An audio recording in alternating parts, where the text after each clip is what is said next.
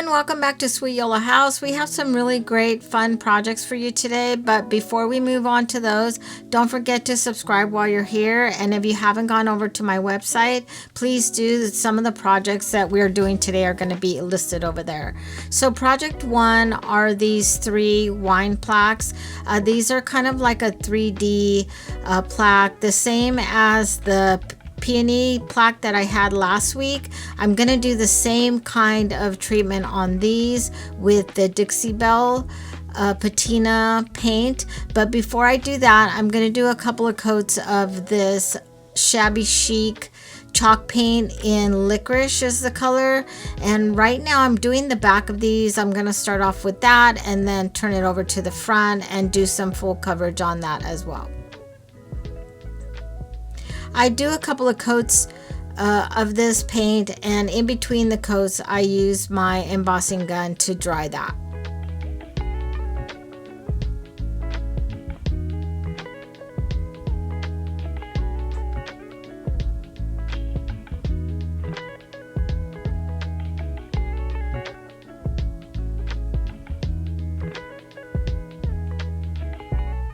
Last week when I did that peony plaque, I got so many remarks and compliments on that, and people really loved it, and that's why I decided to do these plaques with the same kind of treatment.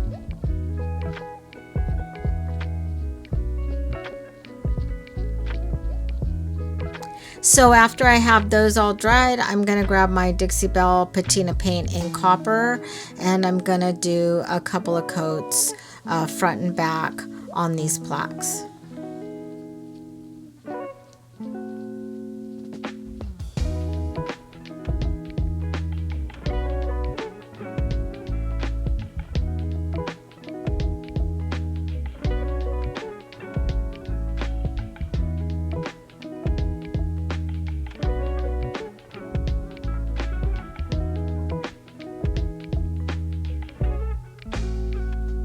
The reason why I paint these black before I put this copper paint on, I just feel like it helps with the coverage and it just brings out that copper a little bit more versus trying to put it over that really light color that was on there before. So again, in between coats, I'm drying that with the embossing gun and making sure that it's dried really well. So now I'm gonna do the treatment on this, and with this paint, like I said before, you have to spray the Dixie Belle Patina spray on the wet paint. So while I'm applying, I do spray on there. If you're gonna do a bigger project, you're gonna want to do it in kind of sections. Since these are small, I could do it, you know, in just one coat. So I apply the paint and then I spray the patina spray on there, and this is how they came out. I love these. They look beautiful. They look like they're real copper, and they actually just in person, like the pictures don't do them justice. They just look beautiful. This is going to be my new favorite way of doing these kind of plaques. I find these all the time at Goodwill. So project 2 is a wood picture frame that I've had for quite a while. I think I purchased this at Home Goods, I believe. So I'm just going to start off with removing the back of that along with the glass insert. I grabbed my IOD paint inlay in Paradise, and this is an older inlay. I just have never used it before. I purchased it but just never found anything to use it on, so today's the day. So I just start off by kind of measuring that against the frame, and then I am going to cut it back a little bit so I don't have a bunch of stuff flopping around that I'm trying to deal with. So once I have that cut down, I'm going to grab my DIY liquid patina in the clear, and I'm going to start applying a pretty heavy coat right to the top of this frame. I'm not putting down any paint or anything like that. I want the wood to be the background to this. So just using a really nice soft brush, I'm just going to apply, like I said, a heavy coat of this, and making sure that I have full coverage, and then apply the inlay to the frame. I just want to make sure that I get that inlay pressed down on that frame really well so I can get the best image I can from that. So just kind of using my hands, I'm trying to get the air bubbles out of there and just kind of press it down over the edges of that frame. I let the inlay dry overnight, which I was kind of nervous about because I didn't know if it was going to kind of release or if I was going to have trouble with that. But I didn't. I just went through and wet that inlay again pretty thoroughly, just letting it sit for a sec after I wet it, just to make sure that it was going to release for me really well. And it did, and I was so happy with the way that this turned out. I did have some blank spots on there. I wasn't worried about that. I thought it still looked very beautiful, but I'm also going to do some extra stuff on here. So I let that frame kind of dry out some, and then I'm going to grab my Amy Howard's home gilding size, and using just a small brush, I'm going to go over a little bit of those details, that inlay details, mainly going over some of the missing paint areas to try to cover those up. I'm not worried about getting those completely covered. I'm just going to try to kind of highlight some of that design on there. So once that sizing has gone clear and it's dried and tacky, then I grab my Amy Howard's gold gilding, and I am going to go over that, just using my finger to press that down. That gold leaf sticks to that really well, so I just using my finger and a really soft paintbrush and just kind of going over the areas that I put that sizing on. I will say this is very messy, but I use my little tiny shop vac and kind of clean up between. So here you see I'm just kind of getting that last little bit of the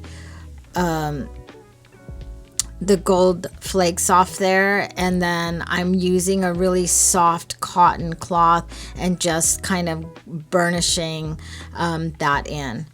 So once I have that all done and everything cleaned up, I grab Big Top, DIY Big Top, and I'm just going to actually go over everything to seal that inlay in.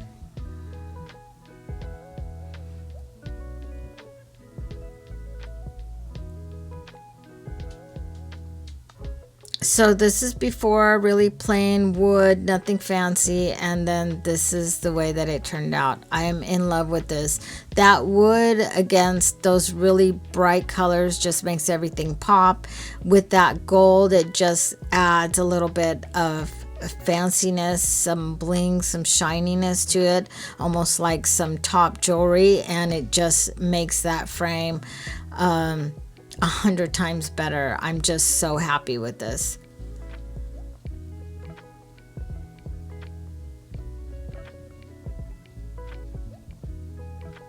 So project 3 is a really quick project, and I have this little rooster that I've had for quite a bit. It's been in my kitchen. So the first thing I'm going to do is wipe it down with a Clorox wipe really well, and then the next thing I'm going to do is grab my alcohol and just go over it as well, just because, like I said, it was in my kitchen and I want to make sure that I don't have any grease or anything like that on it. So I'm grabbing these transfers, which is a Seasonal Splendor by Redesign by Prima. I've had this these transfers for a while, and I have used them on other projects. So this is kind of just what I have left, and I want to use those to fancy this little rooster up. So I'm just cutting back any of the extra paper around there, or and that way it makes it easier for me to lay that transfer down. I'm not going to get a whole lot of, you know, folding on that, and I just it just makes it easier to put it down. So I just think it added a little bit more personality to this rooster. He's pretty fancy and really pretty with the flowers there, and I think it just takes it from ordinary to, you know, extraordinary. I wouldn't say extraordinary, but it levels him up some.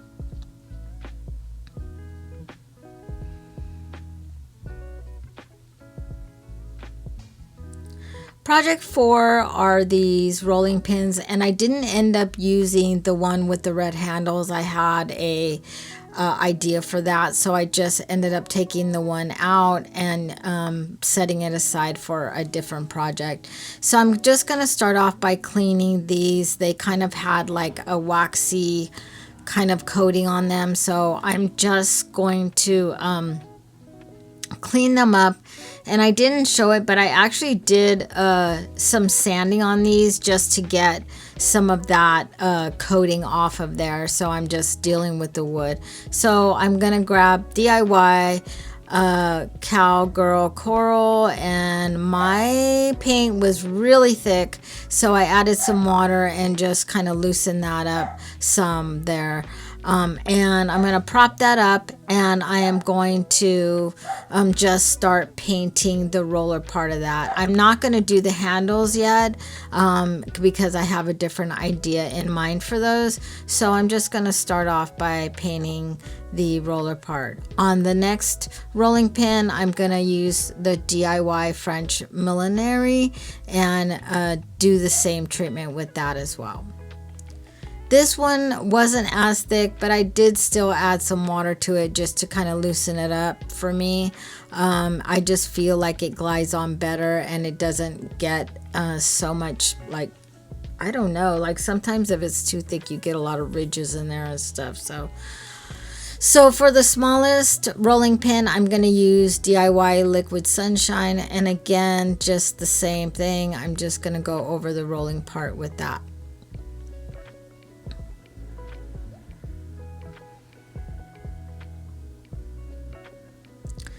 So while those are drying, I grab my Fairy Tale Florals transfers from IOD, and I'm just going to pick out what I want in this transfer set and cut those apart and set them aside to use when I am done painting these.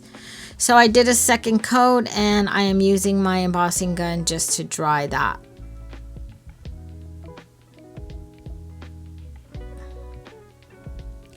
Once those are dry, I grab the big top again, and I'm just gonna go over the painted parts of these rolling pins.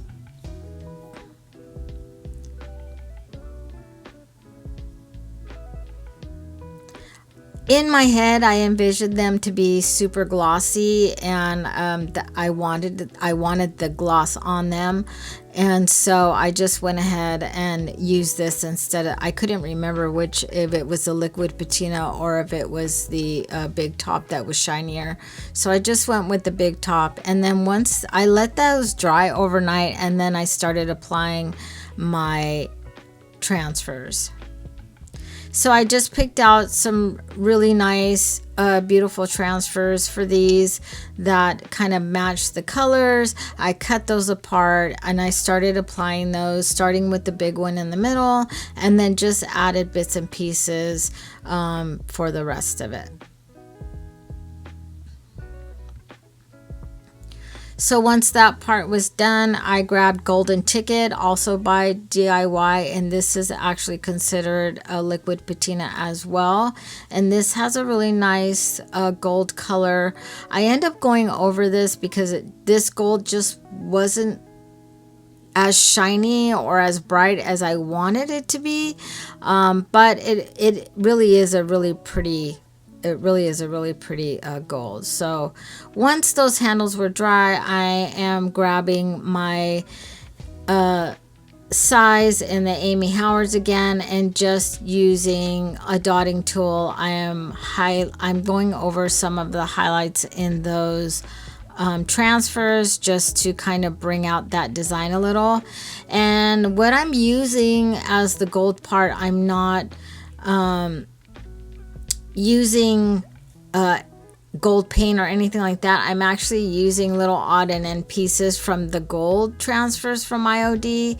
Everybody's trying to figure out how to use the spare gold parts. No one wants to throw it away, but this is what I'm doing with my kind of cut arounds and stuff like that. I do have another idea that I'm going to be sharing next week, using the negative parts of those transfers. So stay tuned for that. Make sure you subscribe so that you get notified when I upload that video. So once I have all of that gold on there where I want it, I grab my Mod Podge in gloss, and I'm actually going to go over the inlay, or the transfers on this, because like I said, I feel like in my head, I picture this being a really glossy finish, and that's what I'm trying to get. So I just do a really heavy coat on all three of these, and making sure that I have everything covered, and I'm not going to have any of that transfer getting destroyed there.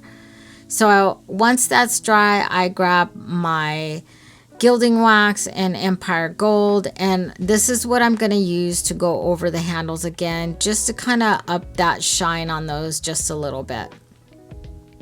Of course, these are going to be used just as decoration and not actually using these. So you can kind of go all out on these because they really make a really pretty addition to, a country cottage kitchen or something like that. So I love the way that these turned out. They're so pretty, so colorful, kind of, really French cottage to me, they scream. And, I just love the way that this came out. I'm going to have to make one, especially for my own kitchen.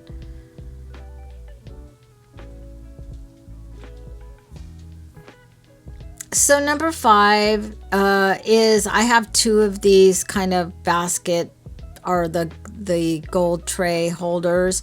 So I've had them for a while and just kind of wondering what I'm going to do to kind of fill in.